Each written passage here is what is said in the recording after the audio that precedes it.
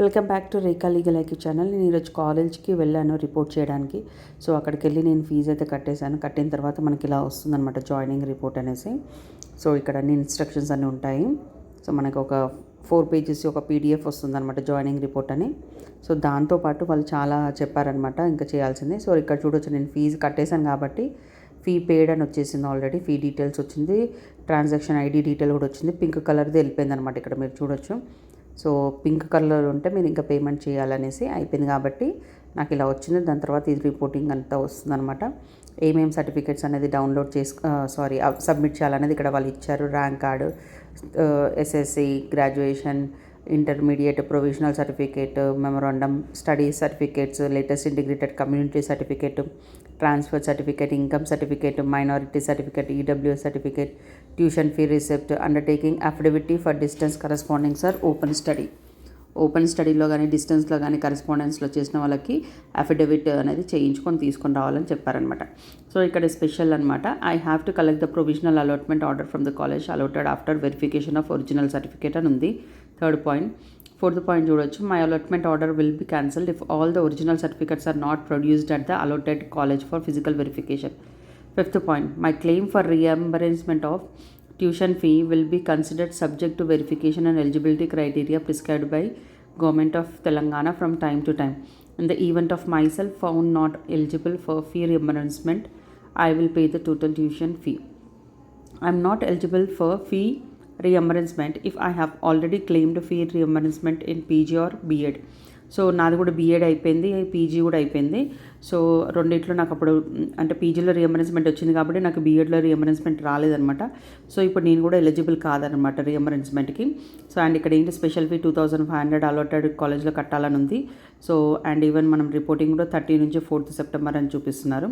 ఒకవేళ special fee అది కట్టామనుకోండి tuition fee, so దాన్ని 31st లోపు మనం మళ్ళీ వేరే కాలేజ్కి వెళ్ళినప్పుడు వెళ్తాం కదా, అక్కడ ట్రాన్స్ఫర్ చేసుకోవాలండి. సో నాకు ఈ సర్టిఫికేట్స్ అడిగారండి, రిక్వైర్డ్ డాక్యుమెంట్స్. మన అన్ని certificates, rank card, hall ticket కూడా ఆన్లైన్ చాలని ఇప్పుడు ఏదైతే కడతామో.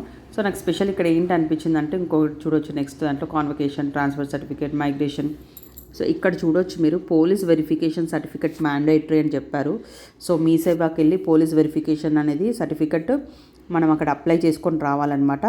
అక్కడ అప్లై చేసిన తర్వాత వాళ్ళు ఒకటి ఇస్తారు, వాళ్ళ రిసిప్ట్ లాగా. దాని తర్వాత 24 hours తర్వాత మనకి దగ్గరలో ఉన్న పోలీస్ స్టేషన్ మనకి ఏది వస్తుందో అక్కడ వెళ్ళి మనం ఫిజికల్గా వెళ్ళి వెరిఫికేషన్ చేసిన తర్వాత వాళ్ళు అప్రూవ్ చేస్తే మనకు సర్టిఫికేట్ వస్తుందన్నమాట. సో అదంతా పెద్ద ప్రాసెస్. సో ఫస్ట్ వెళ్ళి మీరు దగ్గరలో ఉన్న మీ సేవ దగ్గరికి వెళ్ళి పోలీస్ వెరిఫికేషన్ సర్టిఫికేట్ అని చెప్తే వాళ్ళు అప్లై చేస్తారు. స్టూడెంట్ ఇంటర్న్షిప్ అని ఉంటుందన్నమాట అక్కడ ఆప్షన్లో. ఇంటర్న్షిప్ ఇక్కడ రాసుకోవచ్చు. అందులో ఆప్షన్స్ అడుగుతారు దేనికోసం అని అంటే ఎడ్యుకేషన్ పర్పస్ ఇంటర్న్షిప్ అని ఉంటుంది అందులో ఆప్షన్. ఆ ఇంటర్న్షిప్ని క్లిక్ చేస్తే వాళ్ళు అప్లై చేస్తారు. వాళ్ళు ఒక రిసిప్ట్ ఇస్తారు. అక్కడ వెళ్ళి మనం వాళ్ళు ఇచ్చిన పేపర్స్ అని అక్కడ మీ సేవలో వాళ్ళన్నీ ఫైల్ చేసి ఇస్తారన్నమాట. రిసిప్ట్ ప్లస్ పేపర్స్ అవి తీసుకొని వెళ్ళి నియరెస్ట్ పోలీస్ స్టేషన్లో 24 hours తర్వాత మనం వెళ్ళి అక్కడ ఫిజికల్ వెరిఫికేషన్ చేయించుకుంటే వాళ్ళు అప్రూవ్ చేస్తారనమాట. ఇది ప్రాసెస్. దీనికోసం నాకు మార్నింగ్ వెళ్ళామండి. మార్నింగ్ నుంచి ఈవినింగ్, ఇప్పుడు నాకు ఈవినింగ్ 6 అయిపోయింది అనమాట ఇంటికి వచ్చే వరకు. అంత లేట్ అయిపోయింది. అండ్ ఇంకొకటి ఏంటంటే వాళ్ళు పేపర్ ఇస్తారు కాలేజ్లోనే, నోటరీ అనేసి ఏదో సంథింగ్. అక్కడ దానికి ఫ్రాంకింగ్ అనేది ఉంటుందంట, ఏదో 100 rupees ఫ్రాంకింగ్ చేయించాలి. అండ్ ఈవెన్ నోటరీ పైన సైన్ చేయించాలి. 18th వన్ ఇక్కడ చూపిస్తున్నారు కదా. సో అది కూడా ఒక పెద్ద ప్రాసెస్ అనమాట. అక్కడ అసలు ఇక్కడ లేదు, JNTUకి వెళ్ళాం, అక్కడ దొరకలేదు. సో మళ్ళీ ఇక్కడికి వచ్చేసి జీడిమెట్లలో మళ్ళీ మమ్మీ వాళ్ళ ఇంటి దగ్గర చేయించామన్నమాట. సో చాలా మార్నింగ్ అంతా నాకు ఇదే పని సరిపోయింది అనమాట. అసలు ఇవి రెండు మనకు తెలియదు కదా, నార్మల్గా అన్ని సర్టిఫికేట్స్ తీసుకెళ్ళగానే ఇవి రెండింటి గురించి తెలియదు కదా. సో ఆగిపోయింది అనమాట. నేను సర్టిఫికేట్స్ అన్ని సబ్మిట్ చేయలేదు. సో రేపు కానీ ఎల్లుండి కానీ వెళ్ళి మళ్ళీ సబ్మిట్ చేయాల్సి వస్తుంది. సో అంతలోపు నాకు ఇది పోలీస్ వెరిఫికేషన్ అయిపోయిందంటే నేను 3rd రోజు వెళ్ళేసి సబ్మిట్ చేయాలని అనుకుంటున్నాను. అన్ని ఒరిజినల్స్ కూడా తీసుకుంటారంట. సో అందుకనే ప్రతి ఒక్కరూ ఇవి అయితే ఫాలో అవ్వండి. ఫస్ట్ వెళ్ళి పోలీస్ వెరిఫికేషన్ అది తీసుకోండి. కాలేజ్కి వెళ్ళండి. కాలేజ్కి వెళ్ళి వెళ్తేనే కదా వాళ్ళు ఏమేమి కావాలి సర్టిఫికేట్స్ అని చెప్తారు. సో అందుకని కాలేజ్కి వెళ్తే మనకు తెలుస్తుంది. అందుకే టైం ఉంటుంది మనకి, ఇంకా 2 days టైం ఉంది కాబట్టి కాలేజ్కి వెళ్తే వాళ్ళు ఏమేమి కావాలో చెప్తారు. మీరు పొద్దుడే వెళ్ళిపోయారంటే అన్ని పనులు అయిపోతాయి అనమాట.